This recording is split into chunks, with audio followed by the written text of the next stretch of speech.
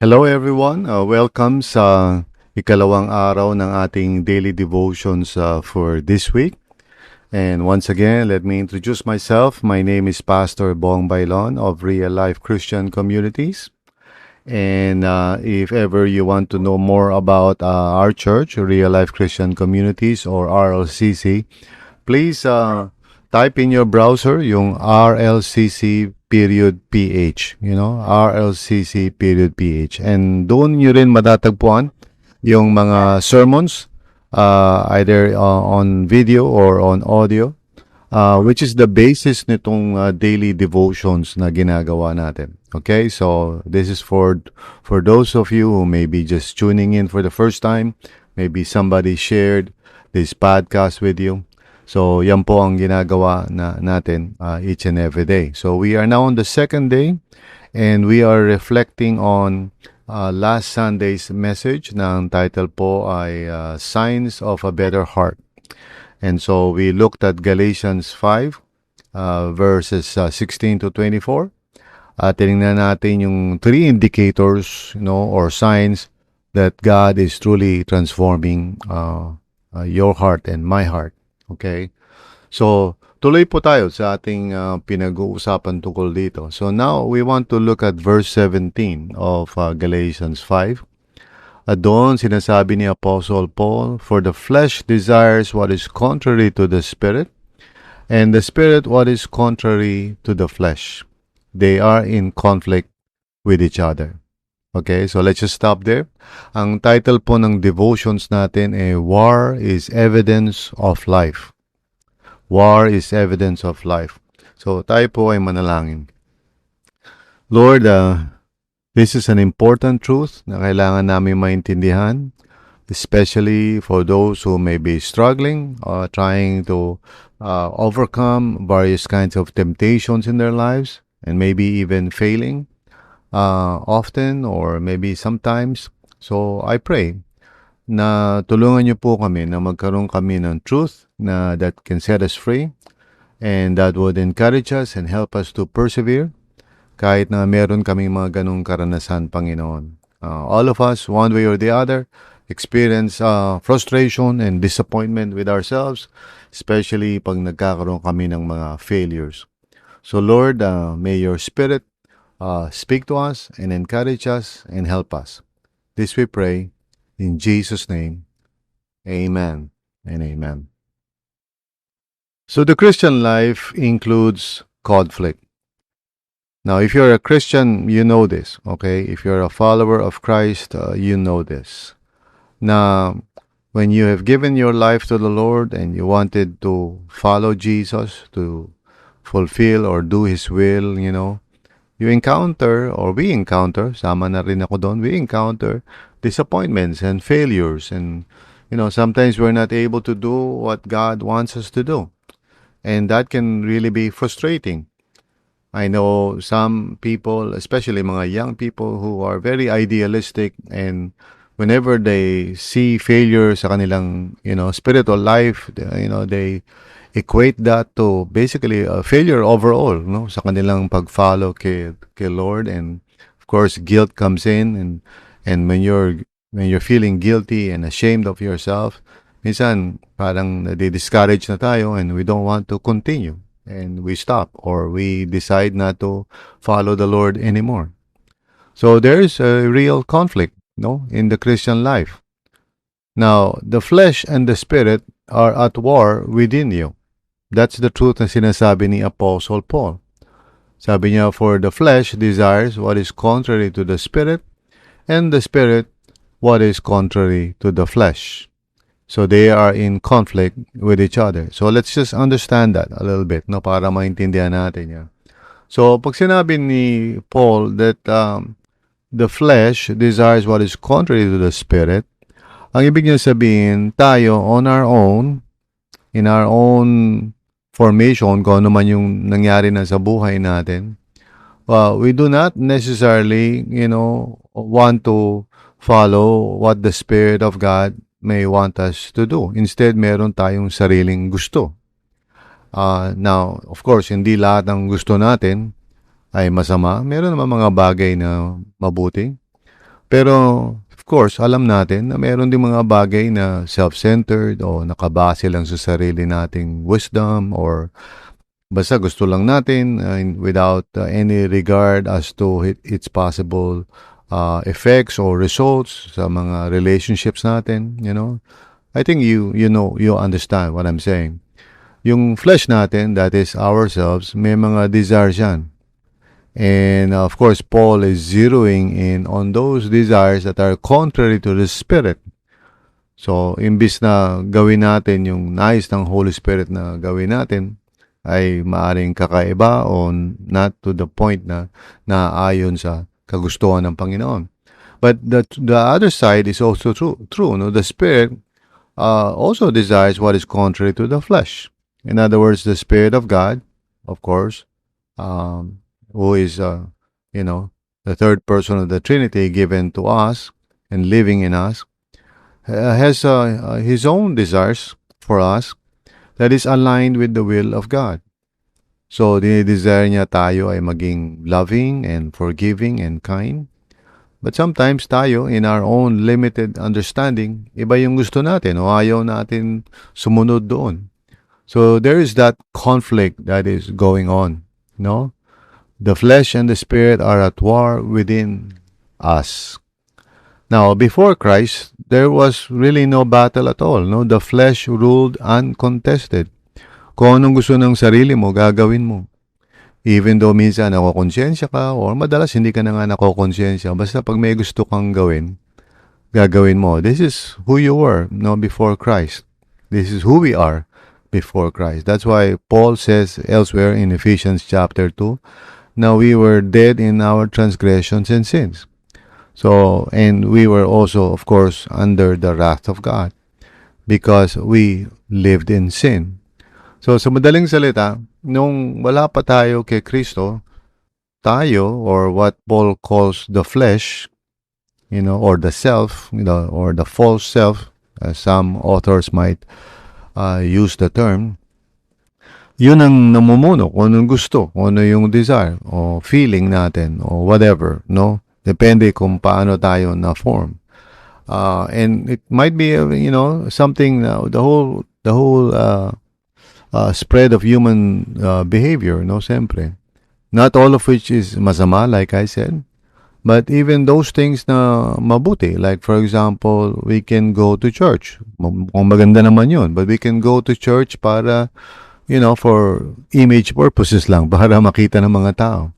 Or we go to church without really intending to submit ourselves to God, but more of parang to feel proud of ourselves na tayo ay nagpupunta sa church. So, the flesh is a very tricky kind of, thing, di ba? So, tayo, sarili natin, without the Lord. So, nung wala pa tayo sa Panginoon, there was no resistance, against the flesh. The flesh ruled, basically. Now, remember this. Now, once you turn your life over to Christ, then you surrender your life to the Lord. The Holy Spirit is given to you, to us, tayo, who begins to live in us to transform us. And that is when the struggle begins. And that inner struggle is not a sign of failure. It is actually the evidence of new life. Because without the Holy Spirit, there would be nothing to stop yung ating flesh. Our flesh would continue to rule. But because of the presence of the Spirit of God, there is now this active force, the power of God, restraining and putting a stop to our, fleshy desires. At yun ang dahilan bakit minsan there are times na we want to do something which is wrong, sa puso natin, alam natin na hindi tama, pero talagang gusto natin gawin. Pero the Spirit of God stops us, and the Spirit of God convicts us. And we feel na parang, unlike before, na parang gagawin na lang natin yung gusto natin gawin. Now, as a Christian, parang napipigilan ka, di ba? Or even kahit magawa mo na, you feel this conviction in your heart na hindi pleasing kay Lord yung ginagawa mo. So, yung inner struggle na yun is not a sign of failure. It is the evidence of new life. Victory, spiritually speaking, does not mean the absence of struggle. It means that we are learning to win more often over time by the power of the Spirit. So as we actually surrender more and more to the desires of the Spirit, we're able to conquer and overcome the desires of the flesh. So yun yung proseso na nais ng Panginoon na gawin sa buhay natin as part of His purpose and plan to redeem us and transform us by His grace. So yung mga struggles natin, yung nahihirapan tayo minsan, is, or maybe madalas in some cases, hindi nangangahulugan na we are failures. It could actually very well indicate that God's Spirit now is transforming us, giving us new desires. So you may feel discouraged because you still struggle, as we all do, of course. And you may wish that you are already perfect, di ba? Kahit sino naman, parang I wish na hindi ko nagagawin yung ganung mga bagay na masama.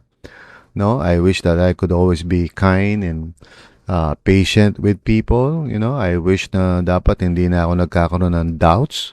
I don't know about you, if you're listening right now. Anong struggle mo, di ba? Maybe you're struggling about something and you feel frustrated because of the fact that you're struggling. Because the struggle, minsan parang feeling mo, bakit ba ako ganito? Bakit ba nawawalan pa rin ako ng faith? Pag nawawalan ako ng pera o nagkakaroon ng mga sitwasyon sa buhay ko na disappointing, ba't gano'n? Hanggang ngayon na alam ko naman ng mga promises ni Lord pero I still feel depressed or angry or whatever. Well, yung struggle natin, okay, which is a sign of our imperfections and weaknesses, di ba? Hindi nangangahulugan na parang walang ginagawa si Lord sa buhay mo. The fact that you are aware of that and the fact that you struggle with that, that's a sign of progress, not perfection, okay? It is a sign of true transformation. So, think about it for a second. Yun ang ibig sabihin yan eh. Di ba? Dati, okay lang. Basta kung anong isipin mo, gawin mo, gusto mo, sige lang.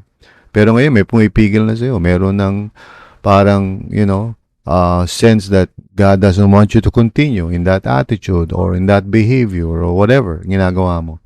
The Spirit of God just stops you, on your tracks. Even before you say a word, even before you decide, Pag meron kang gustong gawin that is not in accordance with the will of God, the Spirit of God just bothers you from within. No, that's a good sign. So the question really is not so much perfect ka na ba? Hindi yun ang yan eh. But rather, are you progressing? Are you repenting faster? Are you surrendering sooner? Do you hate sin more than before? Do you feel like when something is wrong, you want to correct that? When you've done something na unloving, you want to repent from that and you want to be reconciled with those you hurt. If somebody says na he was offended by you, hindi ka nagde-defend, you now realize, wow, hindi ko sadya yun, nagkamali ako, forgive me. So these are signs of progress. Okay? Signs of progress. So, do not be ashamed kung nag-i-struggle tayo. Kung meron tayong mga spiritual battles in life. See it rather as proof that the Spirit is fighting in you and for you and within you. So just keep walking in the Spirit, keep trusting, keep surrendering. A better heart shows better results over time, like I said last Sunday. And the conflict itself is evidence that God is at work. So don't give up. Kahit nagkakaroon ka ng mga failures, kahit nag-i-struggle ka, huwag kang mainis sa sarili mo. The Lord is at work in your life. The fact that you are experiencing ganung parang inner struggle is evidence of life. Because remember, dati, you don't even struggle. Before you came to Christ and before you surrendered your life to the Lord, you did all kinds of things na mali and you never even felt guilty about that. Tuloy-tuloy ka lang, not being concerned at all kung may mga nasaktan, In fact, minsan sasabihin mo pa, anong pakialam ko sa kanila. So, if you're saying something like that, it shows that you are probably not changing, not transforming. Pero when you begin to feel that conviction sa heart mo, you should not have said that or you should not say that. Go ahead and go back to that person. Ask for forgiveness. Be reconciled. So yung mga ganong inner struggles is a sign that God is truly transforming you, my friends. So, amen. So, I hope and pray na naka-encourage sa inyo ito for those of you who might feel disappointed sa sarili nyo every now and then or maybe more often than not. If you're struggling and you are feeling that conviction of the Spirit of God, that's a good sign. And you should thank the Lord. So pag na-convict ka sa ginagawa mo, you should go to God and say, God, thank you. Salamat. I used to not think about these things. You know? If you remember that time, di ba? May gagawin ka kasalanan and you don't think much about it. Iisip mo parang, well, everybody does it anyway. Di ba? Pero ngayon, hindi na. You feel that gentle tug of the Holy Spirit in your heart. Sinasabi sa iyo, not anymore. This is not who you are anymore. Follow me, obey my promptings. And so that begins a work in your heart that you cannot really accomplish by yourself. It's the transforming grace of God in you through the presence and power of the Holy Spirit. Amen? So tayo po ay manalangin. Lord, we thank you. Thank you for your transforming grace sa puso namin, sa buhay namin. And thank you that this is really evidence of life. Kung mag-fail man kami, Lord, kung may mga pagkakasala kami, doesn't mean that you are not working. It actually means the opposite. That you're actually working. And you're helping us realize na may mga bagay that is no longer part of your plan and purpose for us. So, Lord, help us to persevere. Help us to stay focused in following you. At salamat, Lord, na if ever we do sin, we do fail, we have an advocate in Jesus, the righteous one. And the blood of Jesus can purify us. Not just our sins, but even the sins of the entire world. So, therefore, we can always feel secure, even in our failures. We can always come to you and seek grace in time of need. At maraming salamat, Panginoon, na you are at work in us and you are not giving up on us. Kahit minsan, there are times that we want to give up on ourselves. Salamat, Panginoon. Help us to persevere, to continue on fighting the good fight of faith. We love you, Lord, and we praise you. In Jesus' name, amen and amen.